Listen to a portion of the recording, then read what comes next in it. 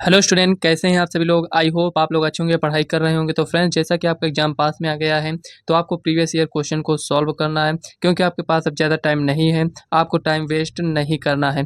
तो फ्रेंड्स, जैसा कि आप जानते हैं कि अनसॉल्व सीरीज स्टार्ट है। 2024 के जितने भी सेट थे उन सभी सेट को हम सॉल्व कर चुके हैं। तो आज की इस वीडियो में फ्रेंड्स हम सेट 2 2023 822 DW के यहाँ पर जितने भी 6 नंबर वाले क्वेश्चन हैं उन क्वेश्चन को हम कंप्लीट करेंगे। तो इसमें के जितने भी 1 और 2 4 नंबर वाले क्वेश्चन थे, उन सभी क्वेश्चन को हम कंप्लीट कर चुके हैं। अगर फ्रेंड्स आप 2024 सेट के पूरे सेट को अगर आप सॉल्व करना चाहते हैं, तो आप इसी चैनल के प्लेलिस्ट में जाकर वहाँ से एक तरफ से वीडियो को देख सकते हैं। तो चलिए फ्रेंड्स, वीडियो को हम स्टार्ट करते हैं। तो देखिए फ्रेंड्स, यहाँ पर ये तीसरा क्वेश्चन, तीसरा, चौथा और पांचवा, इसमें फ्रेंड्स ये सभी 6 नंबर के क्वेश्चन हैं। इसमें अथवा में मतलब तीसरे में 2 क्वेश्चन दिए गए हैं, जिनमें से हमें किसी एक को ही सॉल्व करना होता है। और इसमें जिसमें स्टार लगा है फ्रेंड्स, ये अब आपके सिलेबस में नहीं है, तो इनको हम सॉल्व नहीं कराएंगे। तो यहाँ पर चलिए तीसरा क्वेश्चन पढ़ते हैं। इसमें क्या कह रहा है? कह रहा है एक त्रिभुज का एक कोण दूसरे त्रिभुज के एक कोण के बराबर हो तो इन कोणों को अंतर्गत करने वाली भुजाएं समानुपाती हों, तो सिद्ध कीजिए कि दोनों त्रिभुज समरूप होते हैं।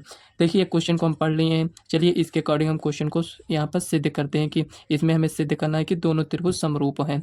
तो चलिए इसको हम सिद्ध करें।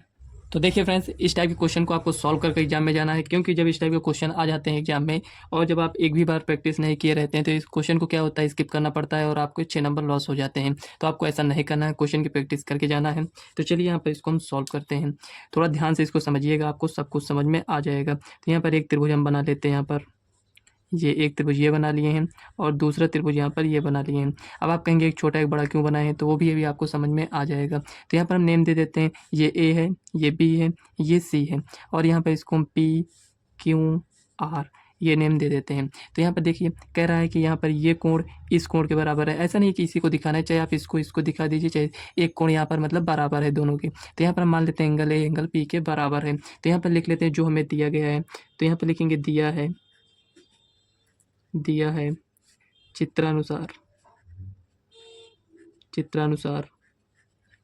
क्या इसमें दिया गया है, angle A equal to angle P है, और यहाँ पर इसका रेशियो भी दिया गया है। कह रहा है यहाँ पर ये जो दोनों कोण बराबर हैं, इनके अंतर्गत करने वाली भुजाएं जो हैं एक दूसरे के यहाँ पर क्या है, समानुपाती हैं। मतलब कि A B upon P Q है।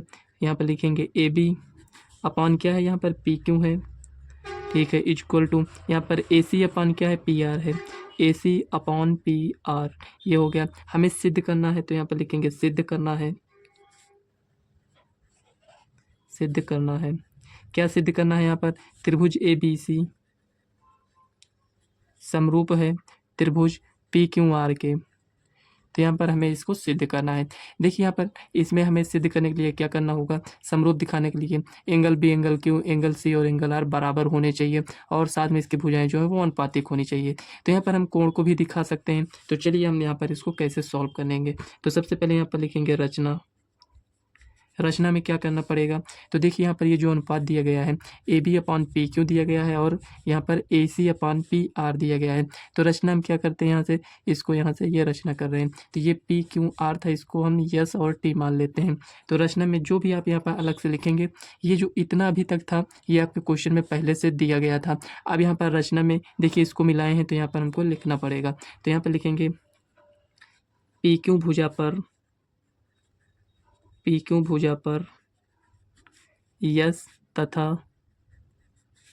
पी आर भुजा पर टी बिंदु लिया तथा यस से टी को मिलाया। यहाँ पर ये देखिए आपको इतना यहाँ पर लिखना था। जब इतना आपने इसको लिख लिया है, तो आपको यहाँ पर आगे क्या करना है ये समझिए। तो यहाँ से हमें क्या मिला ये समझिए। तो यहाँ पर हमें उत्पत्ति, जब इतना हमने रचना किया, तो क्या ये दोनों त्रिभुज आपको एक जैसे नहीं दिख रहे हैं, ए बी सी और पी एस टी। मतलब कि हम इसको इस टाइप से यहाँ पर लिए हैं बिंदु यस और टी, कि यहाँ पर A B upon P S मिल जाए हमें। तो यहाँ पर ए बी इक्वल टू यहाँ पर हमें क्या मिल जाए, पी एस, और यहाँ पर ये पी टी मतलब ए सी इक्वल टू यहाँ पर क्या मिल जाए, पी टी के। ये हो गया। ये हमें कहाँ मिला है, रचना से। ये हो गया। इतना आपको समझ में आया। अब आगे बढ़ते हैं। और साथ में हमें यहाँ पर क्या मिला है, ये एंगल ए एंगल पी के बराबर है, तो यहाँ पर लिख दीजिए angle A equal to angle P. ये क्या है यहाँ पर दिया है, ठीक है, ये दिया है, ये हो गया।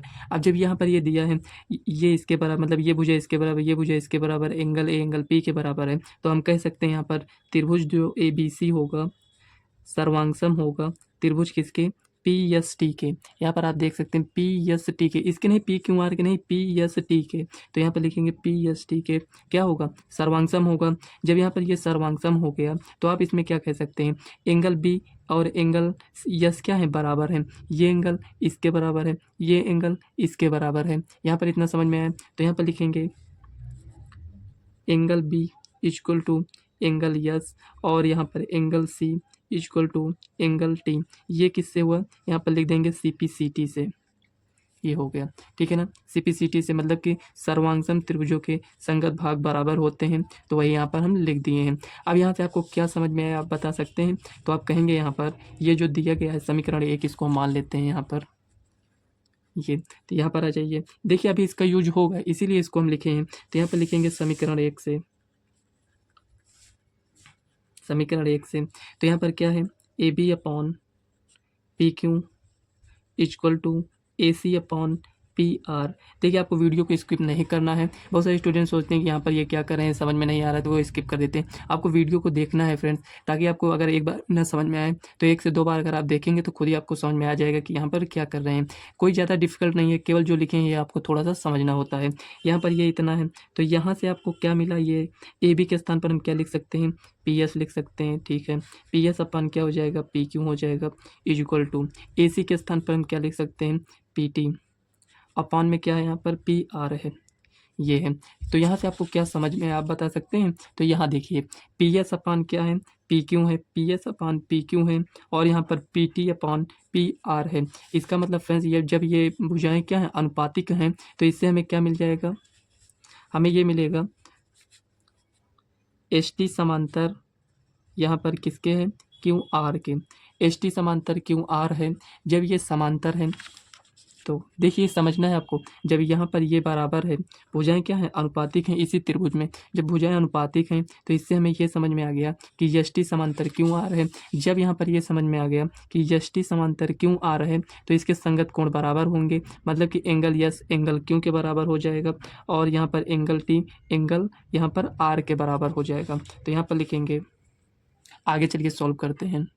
तो यहाँ पर फ्रेंड्स हम आपको एक एक स्टेप बता रहे हैं ताकि आपको समझ में आए। तो यहाँ पर लिखेंगे angle S equal to angle Q हो जाएगा, और एंगल टी इक्वल टू यहाँ पर एंगल आर हो जाएगा। क्यों बराबर होगा, तो यहाँ पर आप लिख सकते हैं संगत कोण, ये हो गया। तो यहाँ पर देखिए समरूप में हमें दिखाने के लिए क्या चाहिए, यही तो हमें यहाँ पर प्रूव करना था। एंगल यस बराबर है एंगल क्यू के, एंगल टी बराबर है एंगल आर के। तो यहाँ पर हम लिखेंगे अतः त्रिभुज ए बी सी तथा त्रिभुज पी क्यू आर में अब दोनों त्रिभुज लेंगे। यहाँ पर थोड़ा सा एक बार देख लीजिए ताकि अच्छे से समझ में आ जाए। तो यहाँ पर देखिए त्रिभुज ए बी सी और त्रिभुज यहाँ पर पी क्यू आर लेंगे। एंगल यस बराबर एंगल क्यू के, एंगल टी बराबर है एंगल आर के, जो कि यहाँ पर हम इसको लिख लिए हैं, ठीक है ना। अब चलिए आगे यहाँ पर लिखते हैं। अब देखिए यहाँ पर इसे हमें समरूप दिखाना है, तो यहाँ पर हम क्या क्या दिखा सकते हैं। तो यहाँ पर आप कहेंगे एंगल ए बराबर है एंगल पी के, ये हो गया। एंगल बी बराबर है एंगल क्यू के, ये आप कैसे कह सकते हैं, तो यहाँ पर इसको आप समझ लीजिए।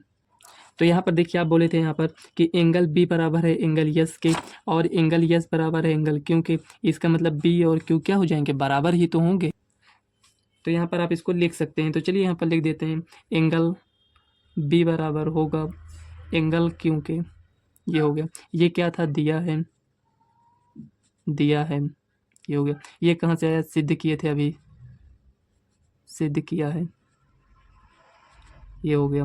अब यहाँ पर ये दोनों कोण बराबर हो गए हैं, तो यहाँ पर लिखेंगे त्रिभुज ए बी सी समरूप होगा त्रिभुज पी क्यू आर के। तो यहाँ पर ए समरूपता कसौटी से, ए समरूपता कसौटी से यहाँ पर आपको लिख देना है समरूपता कसौटी से,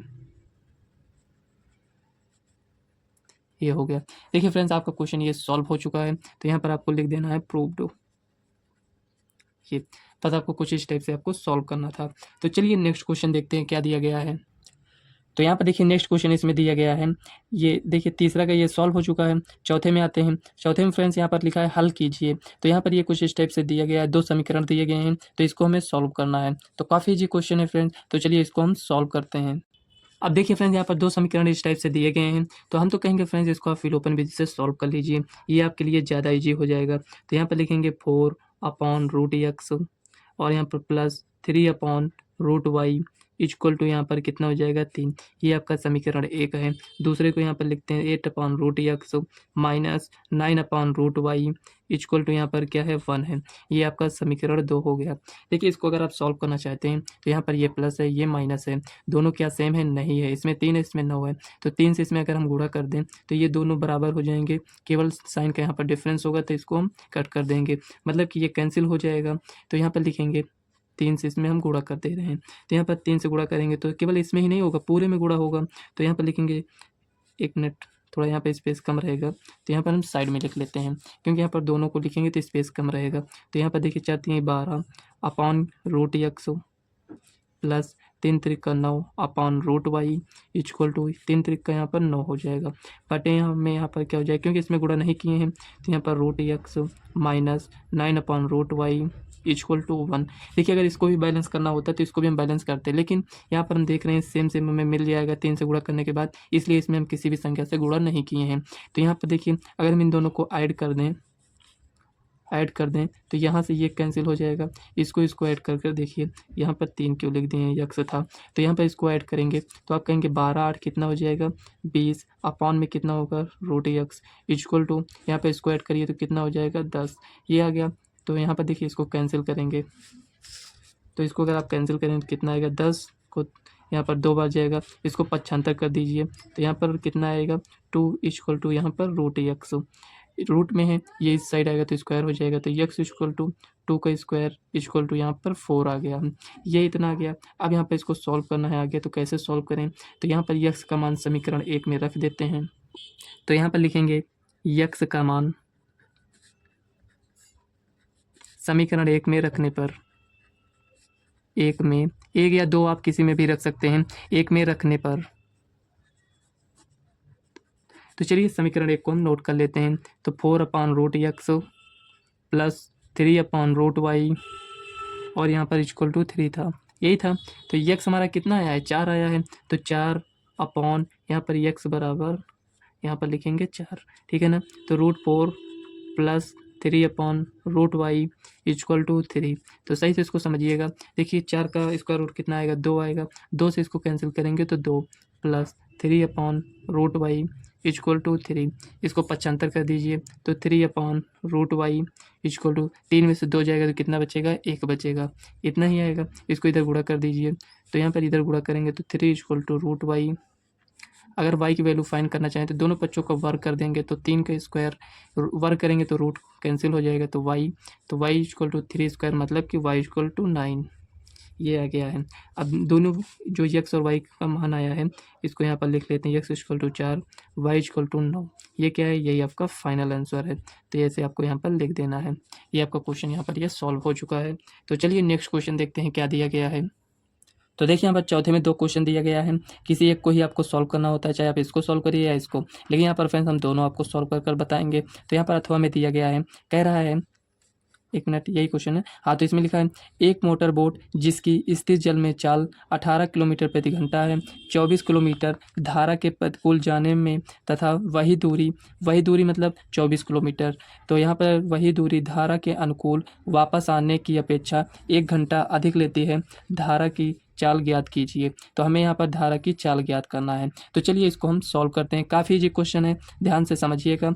तो यहाँ पर आपको कितने नंबर मिलेंगे 6 नंबर मिलेंगे। अगर आप इसको छोड़ देंगे तो फ्रेंड्स आपका समझ लीजिए 1% गया। 1% कितना 6 नंबर, 1% बनता है आपके हाई स्कूल में, तो ये आपको ध्यान देना है। तो यहाँ पर लिखेंगे दिया है क्या दिया गया है, स्थिर जल में बोट की चाल दिया गया है। तो यहाँ पर लिखेंगे स्थिर जल में मोटर बोट की चाल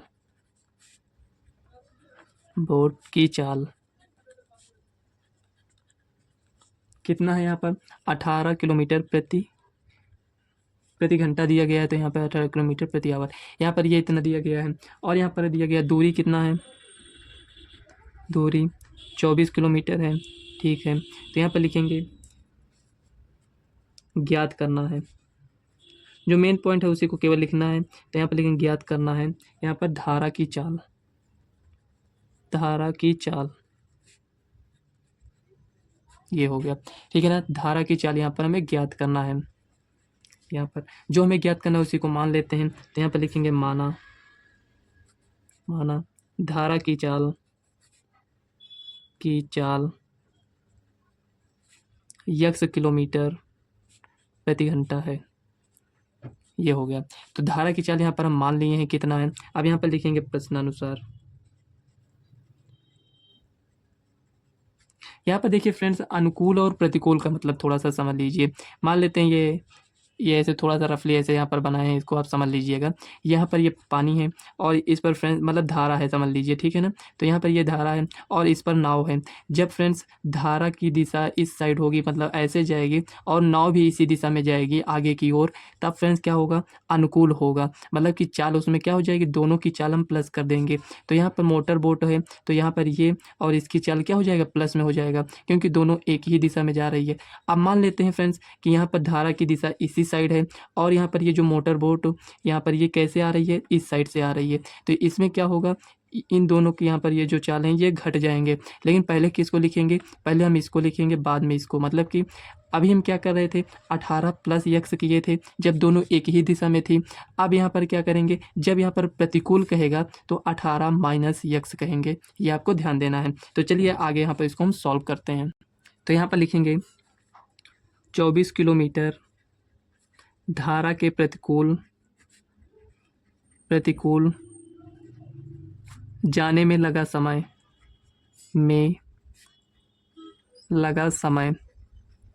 देखिए फ्रेंड्स, एक भी स्टेप को हम मिस नहीं करेंगे ताकि आपको अच्छे से यहाँ पर बता सकें। तो यहाँ पर समय हम t1 मान लेते हैं। समय बराबर क्या होता है, दूरी बटे में चाल। तो समय बराबर दूरी बटे में यहाँ पर चाल, ये हो गया। तो यहाँ पर लिखेंगे t1 इक्वल टू दूरी कितना था, 24 था, चाल कितना हो जाएगा। तो अभी हम आपको क्या बताए थे, दोनों में से घट जाएगा, क्योंकि यहाँ पर प्रतिकूल दिया गया, तो 18 माइनस x हो जाएगा, मतलब कि इतना समय लगेगा। ये आपका समीकरण 1 हो जाएगा। अब यहाँ पर आगे क्वेश्चन में कह रहा है अनुकूल वापस आने में, तो यहाँ पर लिखेंगे सेम दूरी आना है, तो यहाँ पर लिखेंगे 24 किलोमीटर धारा के अनुकूल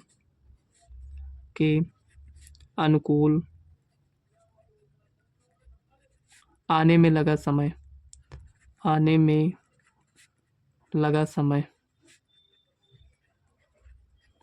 कितना हो जाएगा, इसको हम t2 मान लेते हैं। तो दूरी तो सेम ही है ना, 24 बटे में यहाँ पर कितना हो जाएगा, 18 प्लस x, ये हो गया।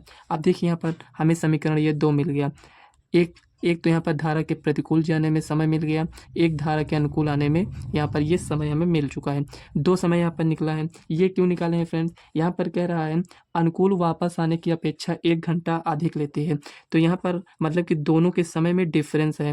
मतलब जाने में अगर 5 घंटे लगते हैं तो आने में कितने घंटे लगेंगे, 4 घंटे। तो 5 और 4 डिफरेंस कितना, 1 का। आने में 5 घंटे और जाने में 4 घंटे, तो डिफरेंस कितना, 1 घंटा। तो वही इसमें कह रहा है डिफरेंस है दोनों की चाल में कितना, 1 घंटे का। तो यहाँ पर ये समय है, ये भी समय है, तो दोनों का यहाँ पर हम डिफरेंस निकालेंगे। तो यहाँ पर आपको लिखना है t1 minus t2 equal to कितना दिया गया है, 1 घंटा, मतलब कि 1 दिया गया है। तो यहाँ पर लिखेंगे 24 बटे में 18 माइनस x, और यहाँ पर माइनस ये 24 बटे में 18 प्लस x इक्वल टू 1। अगर आप इसको पहले इसको बाद में लिखेंगे तो ये क्वेश्चन आपका मिस्टेक हो जाएगा, क्योंकि देखिए बड़ी संख्या कौन सी है, तो बड़ी संख्या फ्रेंड्स ये है, अगर जो भी x की वैल्यू आएगी, अगर x की वैल्यू जो भी आएगा इसमें अगर हम रखेंगे, तो मान लेते हैं 1 आया है, तो यहाँ पर ये 17 होगा, 1 आया है, यहाँ पर ये 19 आया है। जितनी छोटी संख्या से हम भाग करेंगे उतना ज़्यादा हमें मिलेगा, मतलब भागफल उतना ज़्यादा हमें मिलेगा। तो यहाँ पर इससे इसको माइनस करेंगे, तो यहाँ पर लिखेंगे, इसको इधर गुणा कर दीजिए, तो गुणा करेंगे तो कितना मिलेगा, तो लिख देते हैं 24। एक प्रकार से अगर आप देखें तो इसको 24 यहाँ से कॉमन ले लीजिए, ज़्यादा ईजी पड़ेगा। तो यहाँ पर 18 minus x minus 1/18 plus x equal to 1, ये हो गया। अब थोड़ा सा आगे इसको सॉल्व करते हैं, तो लिखेंगे 18 प्लस एक्स माइनस 18 और यहाँ पर माइनस माइनस प्लस एक्स बटे में यहाँ पर कितना हो जाएगा 18 का square minus x square equal to यहाँ पर 1 बटे में, ये जो है यहाँ पर बटे में आ जाएगा, ये इतना आ गया है। तो चलिए इसको हम साइड में ही सॉल्व कर लेते हैं, लेकिन आपको करना क्या है, नेक्स्ट पेज में सॉल्व करना है, ठीक है ना। तो यहाँ पर चलिए हम यहाँ पर सॉल्व करते हैं। तो लिखेंगे, देखिए इससे यहाँ पर ये कैंसिल, तो यहाँ पर 2x बटे में यहाँ पर कितना हो जाएगा 324 minus x square equal to 1/24, ये हो गया। इधर गुणा कर दीजिए, तो यहाँ पर कितना हो जाएगा 48x इक्वल टू, यहाँ पर ये इधर जाएगा तो 324 माइनस एक्स स्क्वायर। अब इसको इस साइड लेकर आइए, तो एक्स स्क्वायर यहाँ पर प्लस 48x और यहाँ पर देखिए ये इस साइड आएगा तो माइनस 324 इक्वल टू यहाँ पर ये 0 हो जाएगा। अब देखिए हमें गुणनखंड करना है केवल, हो सकता है आपको ना समझ में आए कि यहाँ पर इसका गुणनखंड क्या होगा, तो आप सीधा आचार विधि लगा दीजिएगा, वहाँ से आपका यहाँ पर आंसर मिल जाएगा। उसमें क्या होता है कि हमें फैक्टर नहीं करना पड़ता, डायरेक्ट फार्मूले पर वैल्यू को रखिए और हमें एक्स की वैल्यू फाइंड हो जाती है। तो यहाँ पर देखिए फ्रेंड्स, इसका अगर हम फैक्टर करें तो यहाँ पर ये 54 और 6 आएगा, तो यहाँ पर लिखेंगे x square plus 54x minus 6x minus 324 equal to 0। अब देखिए यहाँ पर x कॉमन लेते हैं, तो यहाँ पर x कॉमन लेंगे तो x प्लस 54 और यहाँ पर भी x प्लस 54 हो जाएगा। अब देखिए यहाँ पर -6 यहाँ पर बचा है, तो इसको यहाँ पर लिख लीजिए इक्वल टू 0। तो x माइनस 6 और यहाँ पर x प्लस 54 इक्वल टू यहाँ पर 0, तो x इक्वल टू यहाँ पर 6 और यहाँ पर -54, तो यहाँ पर लिखेंगे x इक्वल टू -54 को छोड़ने पर ये हो गया। अब यहाँ पर लिखेंगे x इक्वल टू 6 किलोमीटर प्रति आवर, तो यहाँ पर x इक्वल टू कितना है 6 किलोमीटर प्रति आवर। ये क्या है फ्रेंड्स, ये आपकी धारा की चाल है। तो यही आपका फाइनल आंसर हो जाएगा। अब आप सोच रहे होंगे इसको क्यों छोड़े हैं, तो देखिए फ्रेंड्स, जो चाल होगी यहाँ पर ये ऋणात्मक नहीं होगा, इसलिए यहाँ पर -54 को नहीं लिखेंगे। तो यहाँ पर x इक्वल टू कितना है 6 किलोमीटर प्रति घंटा, मतलब यहाँ पर कुछ इस टाइप से लिख सकते हैं, ये लिखा है 6 किलोमीटर प्रति आवर। अगर आप इसको हिंदी में लिखेंगे तो 6 किलोमीटर प्रति घंटा आप इसको लिख लीजिएगा। आप ऐसे भी आंसर लिख सकते हैं। तो ये आपका फाइनल आंसर है। देखिए इसमें कुछ भी नहीं करना था, केवल आपको थोड़ा सा ध्यान देना है बस। वही अनुकूल और प्रतिकूल में आप प्लस कहाँ लगाना है माइनस कहाँ लगाना है, इसको आपको समझना है, जो कि फ्रेंड्स अब आपको बता चुके हैं। तो चलिए फ्रेंड्स, इसके आगे क्वेश्चन देखते हैं क्या दिया गया है।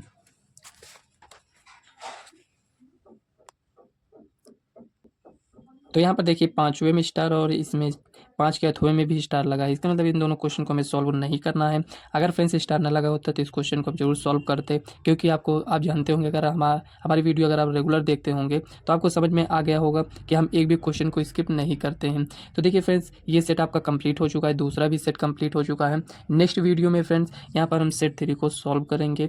तो यहाँ पर आप देख सकते हैं ऑब्जेक्टिव टाइप के क्वेश्चन दिए गए हैं। तो आज की वीडियो में फ्रेंड्स यहाँ तक, इस वीडियो को हम यहीं तक रखते हैं। तो फ्रेंड्स देखिए, इस वीडियो में भी आपसे एक क्वेश्चन है, उस क्वेश्चन का फ्रेंड्स आपको रिप्लाई करना है कमेंट बॉक्स में। तो चलिए फ्रेंड्स क्वेश्चन देते हैं, कौन सा क्वेश्चन है। तो यहाँ पर जो आप फ्रेंड्स ये दूसरा क्वेश्चन देख रहे हैं, इसमें कह रहे हैं निम्न में अपरिमेय संख्या है। तो यहाँ पर देखिए A B C D option दिया गया है, तो इसमें आपको बताना है कि कौन सी अपरिमेय संख्या है। हम ये आपसे इसलिए पूछ रहे हैं क्योंकि इन सभी सेट को हम सॉल्व करा चुके हैं। तो यहाँ पर आप देख सकते हैं ये आपका मॉडल पेपर है जो कि हम सॉल्व कर चुके हैं। हमें ये चेक करना है कि आपको याद है या नहीं, तो आपको इसका रिप्लाई करना है। आप जरूर रिप्लाई करिएगा फ्रेंड, जो सबसे पहले रिप्लाई करेंगे और उनका आंसर अगर सही होगा तो उनका कमेंट हम पिन कर देंगे। तो फ्रेंड्स आज की इस वीडियो को हम यहीं तक रखते हैं। वीडियो कैसी लगी कमेंट बॉक्स में जरूर बताइए। वीडियो पसंद आए तो वीडियो को लाइक व चैनल को सब्सक्राइब कर लीजिएगा, ताकि आगे आने वाली वीडियो का नोटिफिकेशन आप तक सबसे पहले पहुंचे। तो चलिए फ्रेंड्स, मिलते हैं नेक्स्ट वीडियो में, तब तक के लिए बाय।